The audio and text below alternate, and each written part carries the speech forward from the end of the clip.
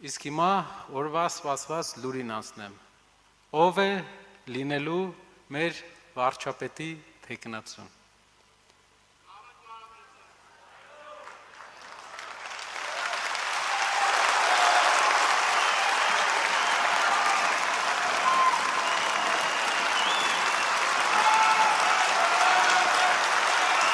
Մեր կուսակցության վարչապետի թեկնածուն պարոն Կարապետյան, Սամվել Կարապետյան։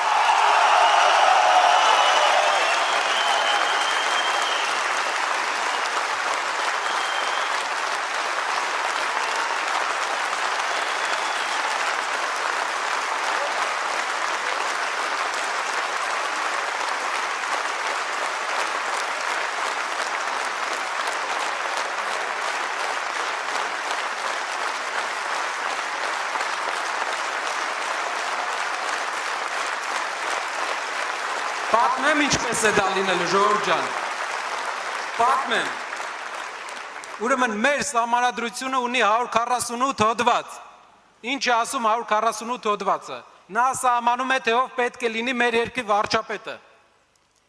Իսկ ինչպես է փոփոխվում, որոշվում 148 հոդվածը։ Փոփոխվում է ազգային ժողովով։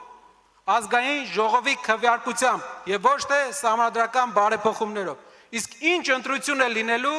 հունիսի 7-ին։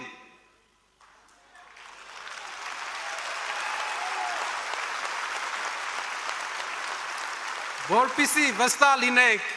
սահմանադրականության, օրինականության մեջ մեր առաջարկի,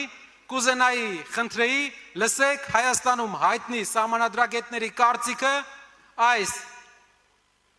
որոշման հետ կապված։ Խնդրեմ